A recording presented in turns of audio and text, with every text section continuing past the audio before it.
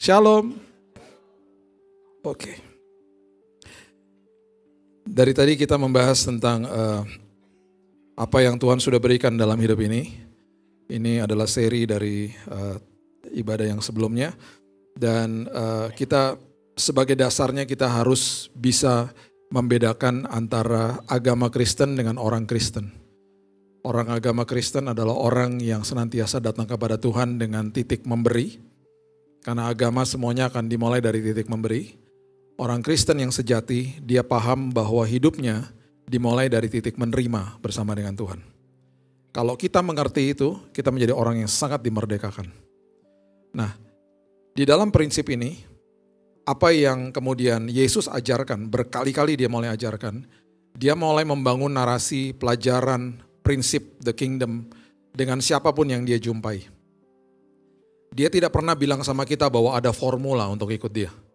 Dia cuma bilang sama kita, kalau saya datang, kamu terima kehidupan yang sungguh indah. Itu sebabnya dia katakan, aku adalah jalan, kebenaran, dan hidup.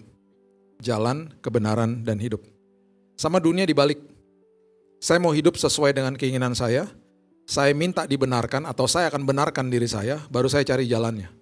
Bukan jalan, kebenaran, dan hidup, tapi hidup, cari kebenaran sendiri, kemudian dia mencari jalannya sendiri. Dibalik-balik, dan ketika itu terjadi, manusia akhirnya menantang Tuhan.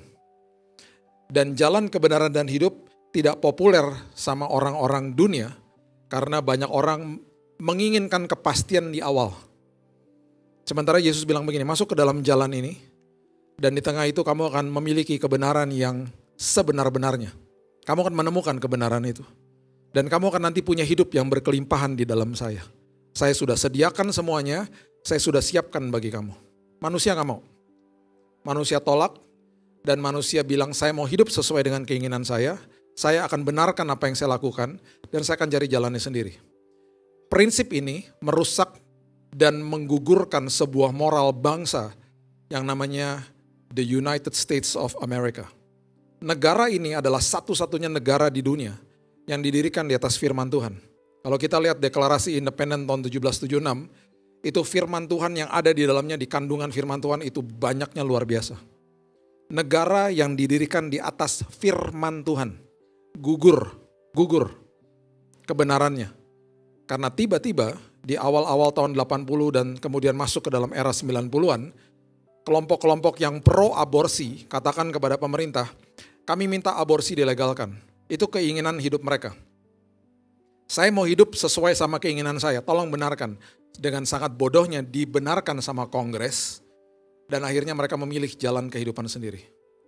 Gara-gara itu menjadi presiden bagi kelompok LGBT yang kita kenal hari ini. Mereka masuk ke dalam pemerintahan, mereka bilang legalkan perkawinan sesama jenis. Dilegalkan sama pemerintah, dibenarkan sama pemerintah. Dan mereka cari jalannya sendiri. Hari ini moral bangsa itu hancur-hancuran. Bahkan bukan sekedar semua provinsi boleh perkawinan sesama jenis, mereka bahkan katakan sekarang boleh pasangan yang homoseksual boleh mengadopsi anak.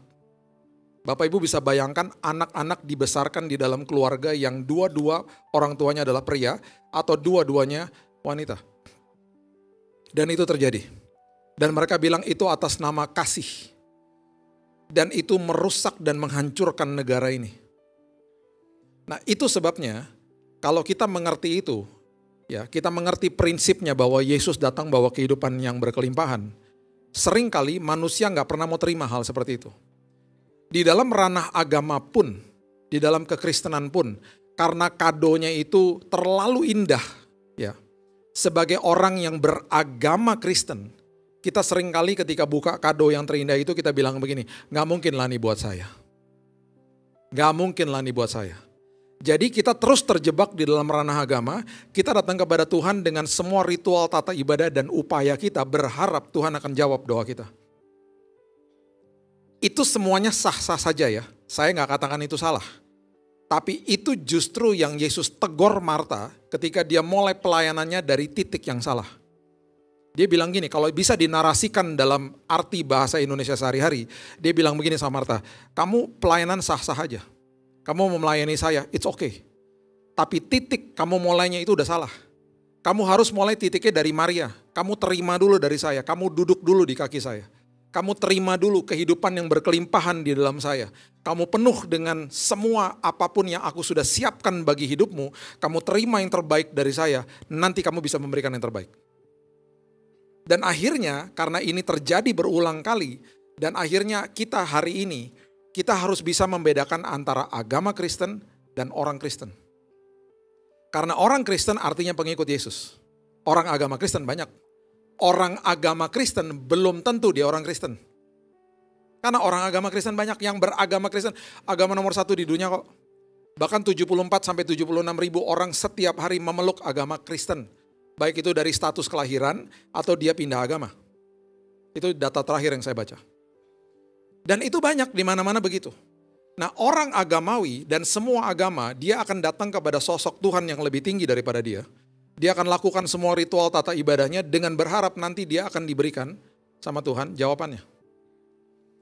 Dia nggak pernah mengerti bahwa saya datang kepada Tuhan justru saya mulai dari titik menerima dulu, bukan memberi. Dia lakukan dengan usaha-usahanya dia, makanya timbul perkataan seperti begini di antara jemaat. Dan ini yang membuat saya paling sedih kalau ada orang ngomong gini, saya udah doa, saya udah puasa, kok Tuhan nggak jawab doa saya, Pak? Saya paling sedih kalau ada orang ngomong begitu.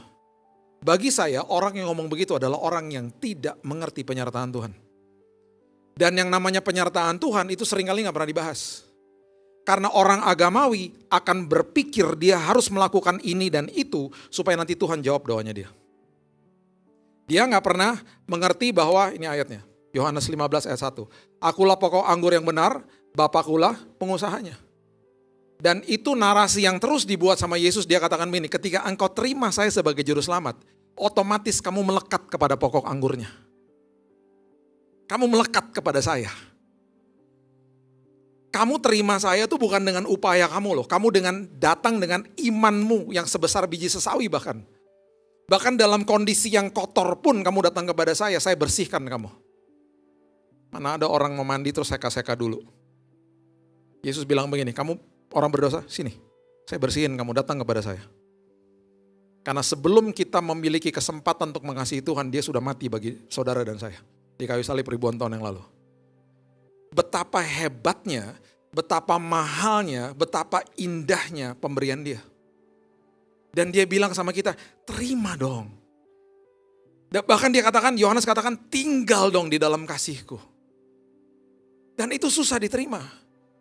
Makanya dia bilang kalau kamu belajar dari titik menerima, karena Alkitab selalu mengajarkan ketika masuk ke dalam horizontal, vertikal kan terima. Ketika masuk ke dalam horizontal, hubungan sesama, Alkitab selalu mengajarkan dimulai dari titik memberi. Gak pernah menerima. Jadi vertikalnya menerima, horizontalnya memberi. Dan gak bisa kebalik. Kalau kebalik, kita agamawi nih ya, contoh nih orang agamawi deh, kita memberi ritual-ritual kepada Tuhan. Fokusnya ke situ. Udah pasti kan manusia harus menerima toh. Dia akhirnya mau menerima dari siapa? Dari manusia. Akhirnya yang terjadi adalah semua orang salah buat dia. Karena dia membutuhkan sesuatu dari manusia, dia nuntut orang lain. Orang seperti begitu adalah orang yang, makanya orang agamawi ya, menghakimi orang lah, semua orang salah lah. Gak bisa terima orang dengan benar, punya anak, anaknya digini-giniin lah, anaknya kepahitan sama dia. Gak ngerti soalnya. Dan firman Tuhan dengan jelas bilang apa? Yohanes 13, saling mengasihi sama seperti Kristus mengasihi saya.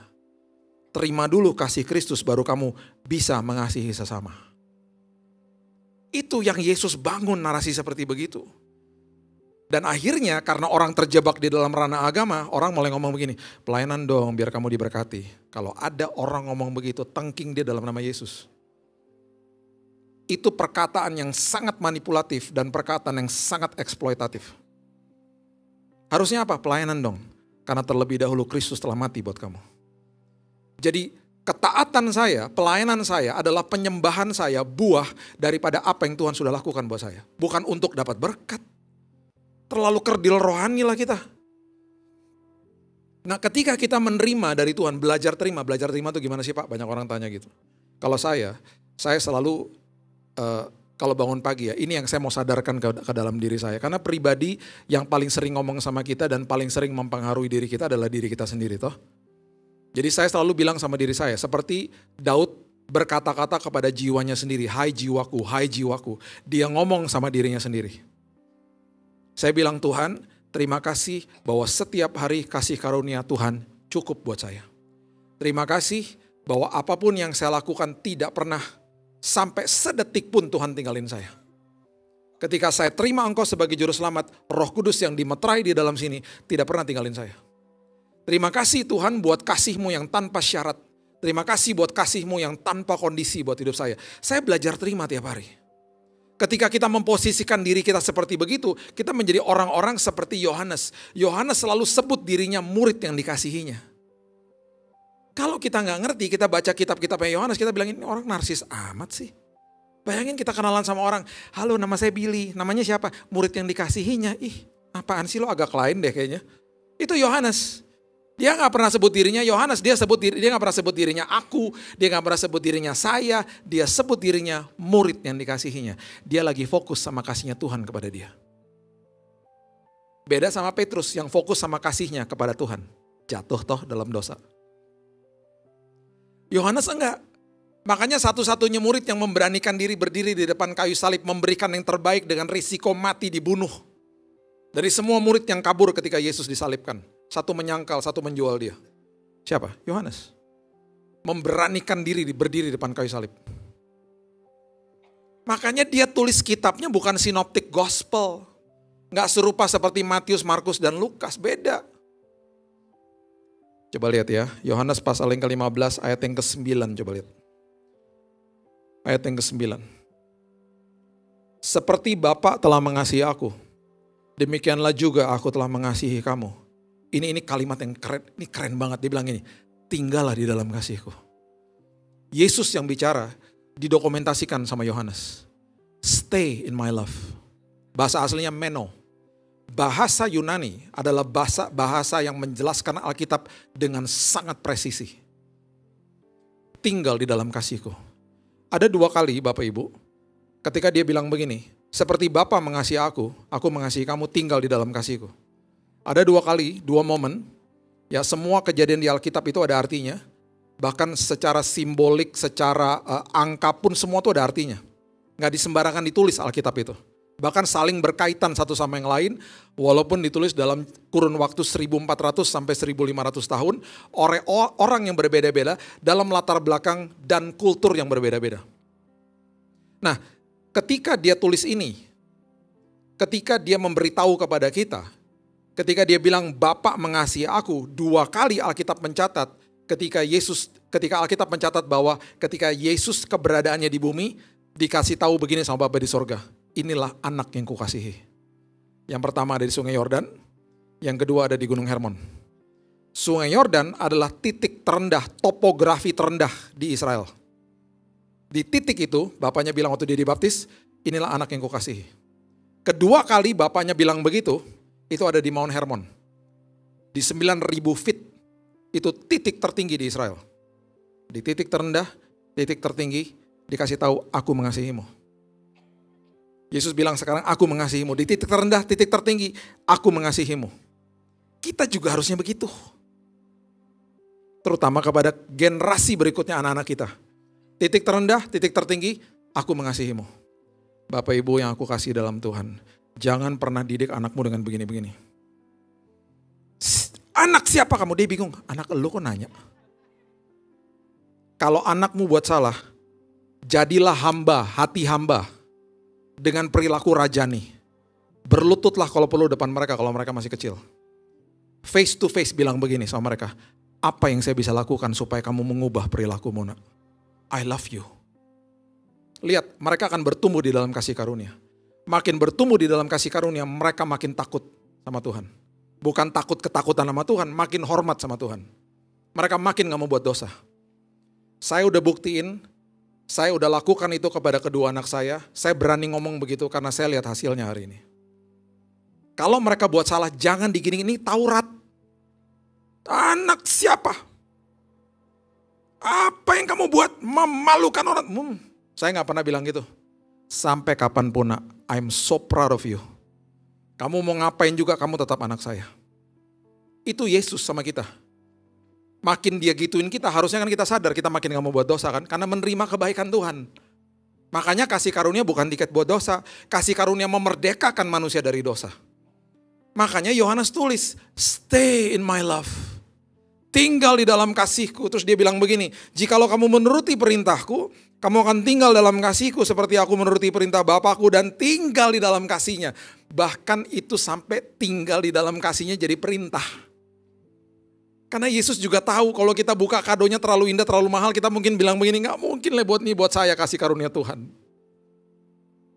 Dan ini yang keren banget, Yohanes bilang begini, dia tulis begini, semuanya itu kukatakan kepadamu, Yesus katakan, supaya sukacitaku ada di dalam kamu, dan sukacitamu jadi penuh.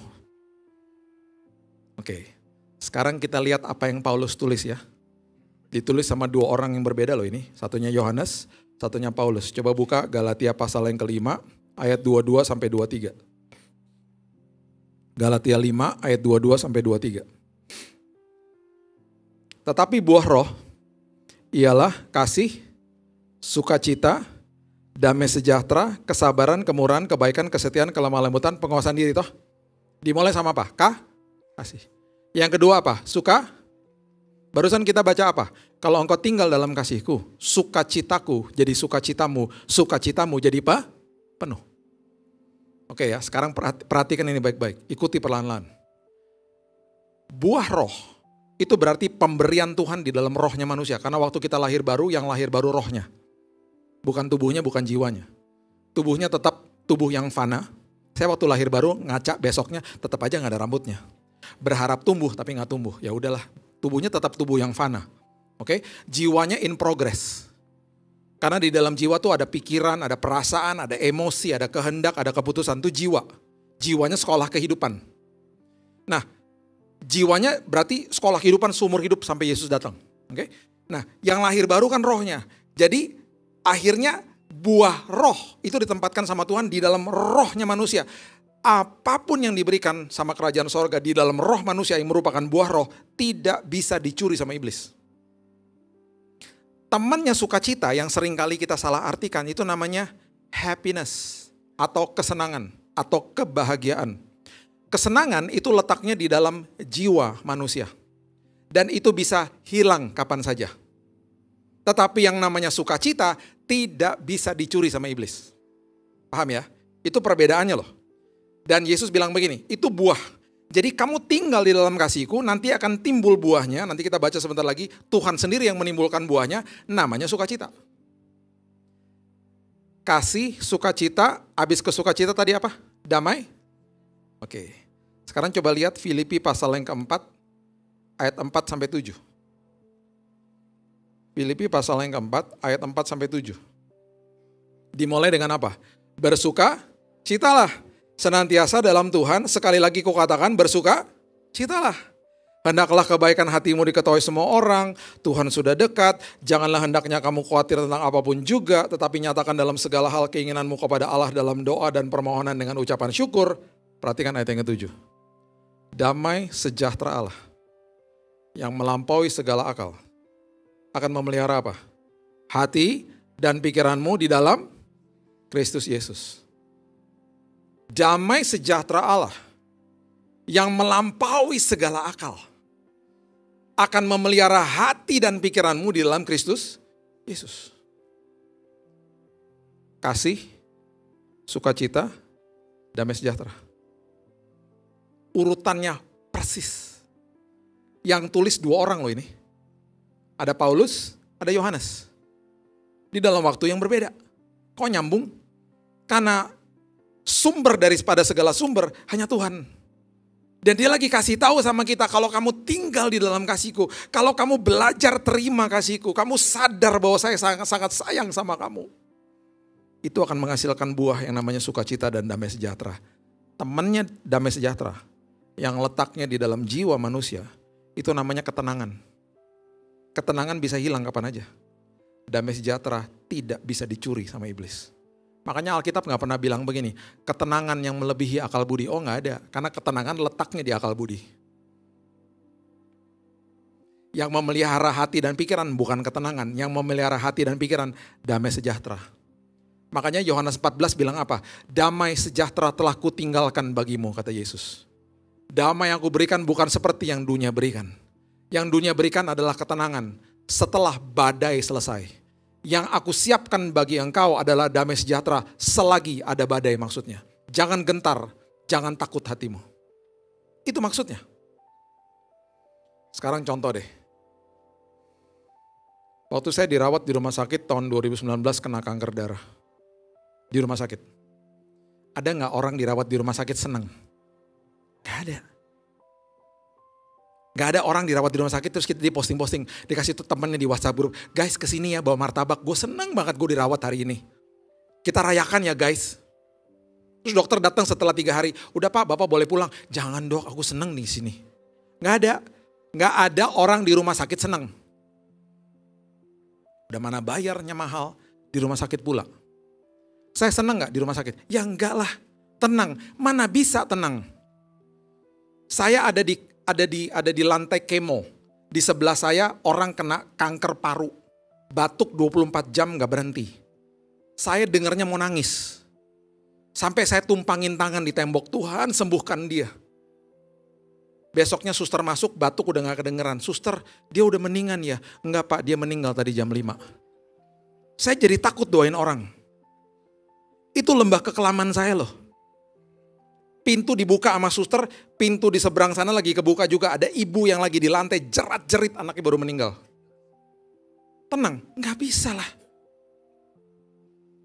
Tiap hari orang mati, tiap hari orang menjerit, tiap hari orang menangis, meraung-raung di situ. Tenang, gak bisa. Tapi ini yang terjadi.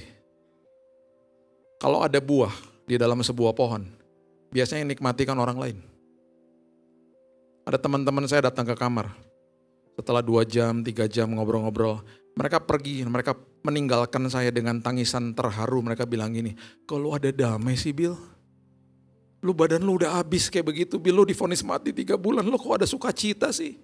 Saya bilang gini, yang menumbuhkan itu Tuhan, bukan saya. Tugas saya cuma satu, tinggal di dalam kasih-Nya. That's it. Saya gak pernah salahin dia. Saya bilang Tuhan penyakit bukan dari Tuhan. Saya tinggal di dalam dunia yang penuh dengan kegelapan. Ini bisa terjadi sama siapa aja. Tuhan, saya tahu bahwa kesembuhan Tuhan sudah berikan ribuan tahun yang lalu di kayu salib. Tuhan, Engkau adalah pokok anggur, saya adalah ranting yang melekat kepada pokok anggur. Pokok anggur gak punya cancer. Berarti kesembuhan, nutrisi, kesembuhan itu mengalir kepada saya rantingnya. Tuhan aku terima kesembuhan dari Engkau. Tugas saya cuma itu. Fokus sama kasih-Nya dia kepada saya. Dan dia akan menumbuhkan buah-buah kebenaran itu. Mau lihat buktinya? Coba lihat. Coba baca 2 Korintus pasal yang ke-9 ayat yang ke-10. 2 Korintus pasal yang ke-9 ayat yang ke-10. Ia yang menyediakan benih bagi penabur dan roti untuk dimakan. Ia, Tuhan, juga yang akan menyediakan benih bagi kamu dan melipat gandakannya dan menumbuhkan apa? Buah-buah kebenaranmu. Jadi gini, ini prinsipnya gini ya. Biji sama benih itu beda. Biji sesuatu yang masih mentah, benih itu adalah biji yang sudah dikondisikan. Kita datang kepada Tuhan kan? Kita menerima keselamatan juga dengan iman, bukan dengan perbuatan. Tuhan, ini iman saya. Yang masih mentah Tuhan. Diambil sama dia, dikondisikan jadi benih. Dengan persetujuan kita, Tuhan gak pernah paksa kita. Saya tanam ya nak. Oke Tuhan. Ditanam di mana Tuhan? Di tepi aliran air. Supaya kamu bertunas jadi pohon yang luar biasa. Oke Tuhan. Makanya timbul ayat Mazmur 1 ayat 3. Engkau seperti orang yang ditanam di tepi aliran air.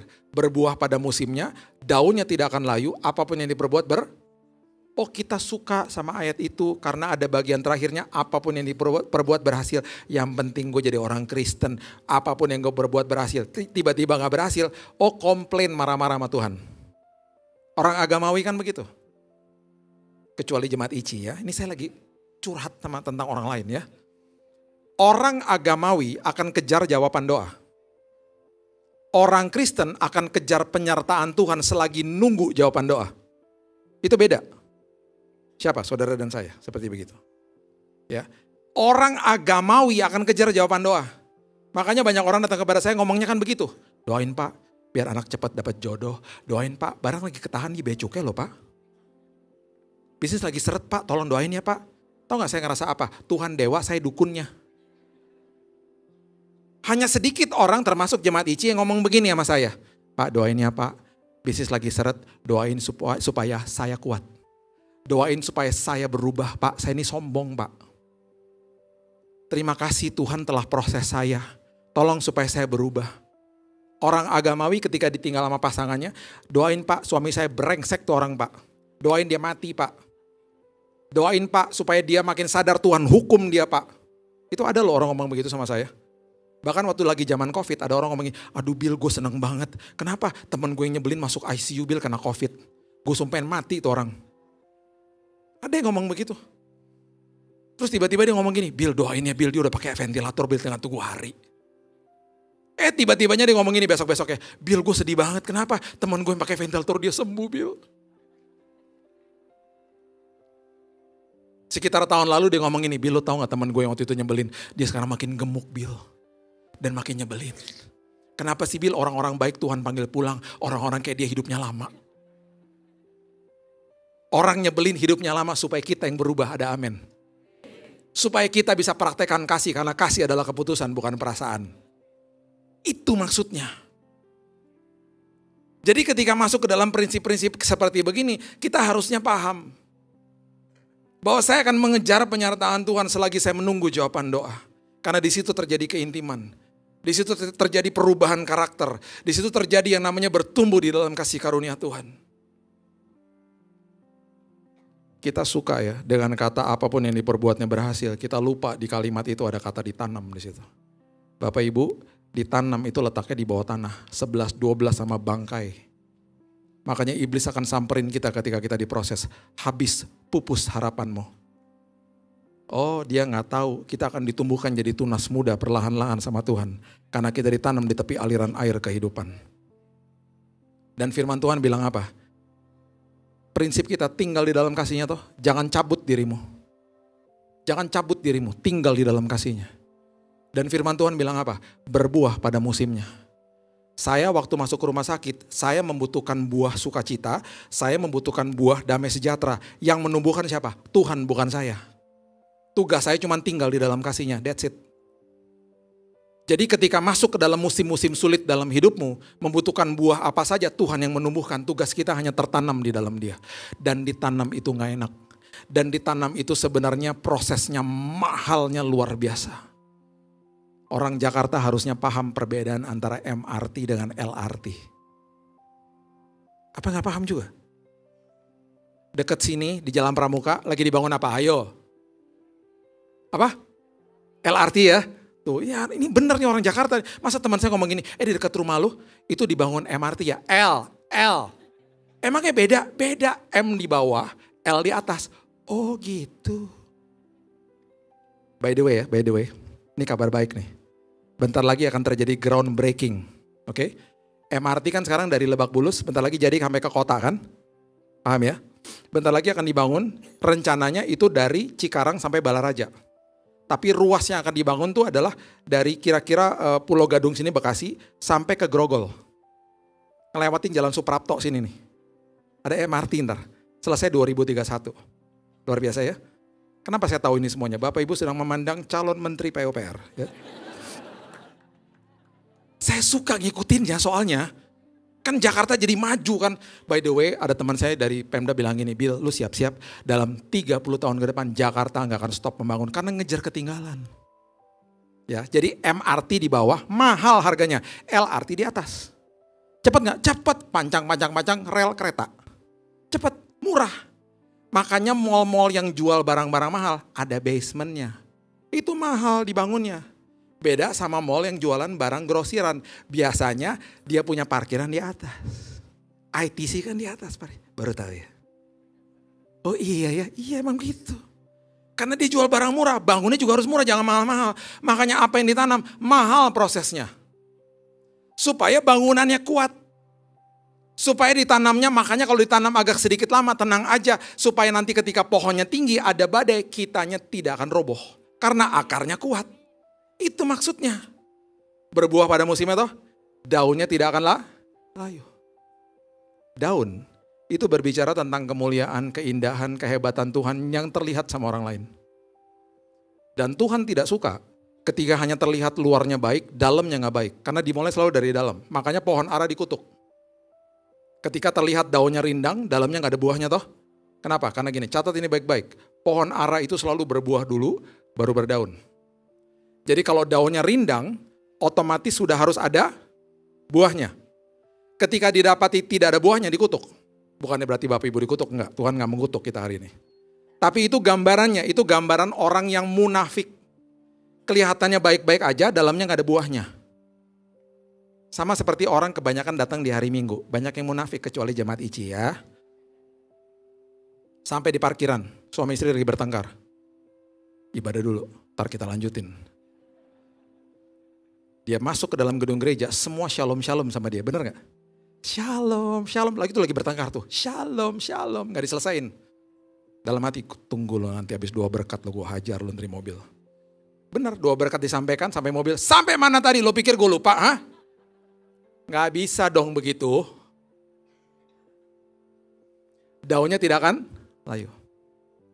Itu makanya pohonnya kalau gak ada daunnya jelek. Sama seperti kalau pria itu gak ada rambutnya. Kok ketawa sih? Ada satu ayat di Lukas, saya sedih banget kalau baca itu.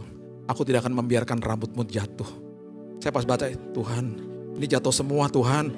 Mending jatuh rontok abis Tuhan, please deh. Kok ini ayat gak kejadian sama saya? Gini ya, saya pernah tinggal di negara 4 musim, 13 tahun. Berarti 13 kali saya melihat musim gugur.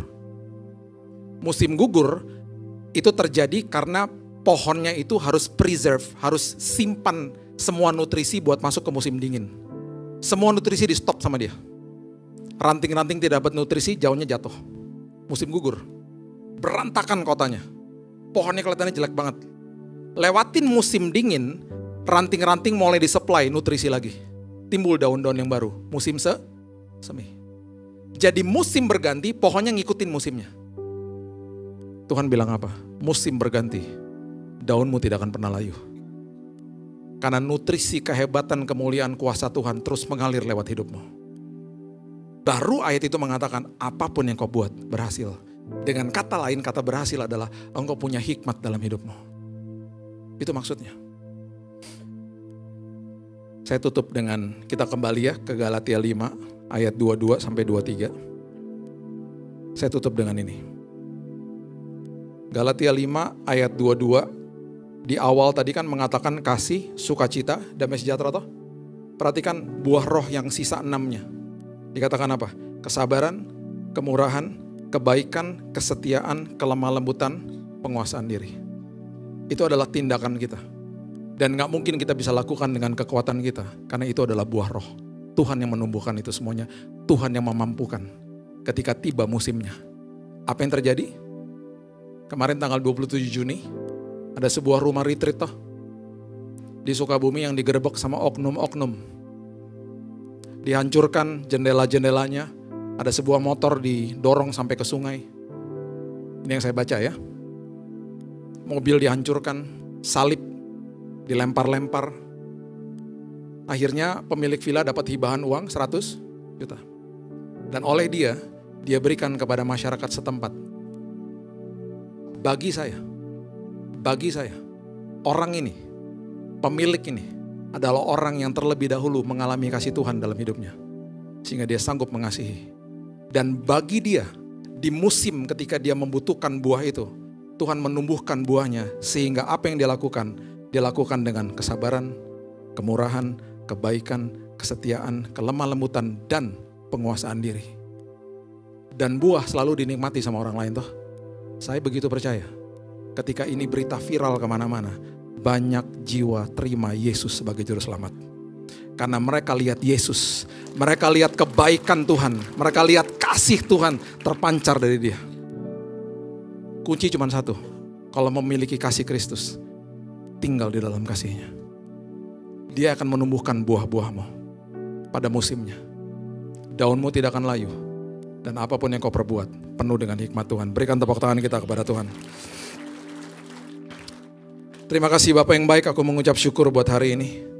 Aku stop sampai di sini ya Tuhan, tapi firman-Mu terus berkumandang di hati kami. Kami percaya bahwa apapun yang kami lakukan dalam hidup kami mulai dari titik menerima dari Tuhan. Karena kami adalah pengikut Kristus. Karena kami adalah pengikut-Mu ya Tuhan, apapun yang Engkau bawa kami, ke musim apapun, kami tahu Engkau menuntun tangan kami. Kami tahu Tuhan, di titik itu Tuhan, kami terima kebaikan Tuhan dan kami tinggal di dalam kasih-Mu. Dan kami akan menikmati damai sejahtera, kami menikmati sukacita. Dan bahkan ketika di dalam musim-musim yang sulit, kami sanggup sabar, kami sanggup murah hati, kami sanggup setia, baik, lemah lembut, bahkan menguasai diri kami. Karena semuanya kekuatan itu datang daripada Tuhan sendiri.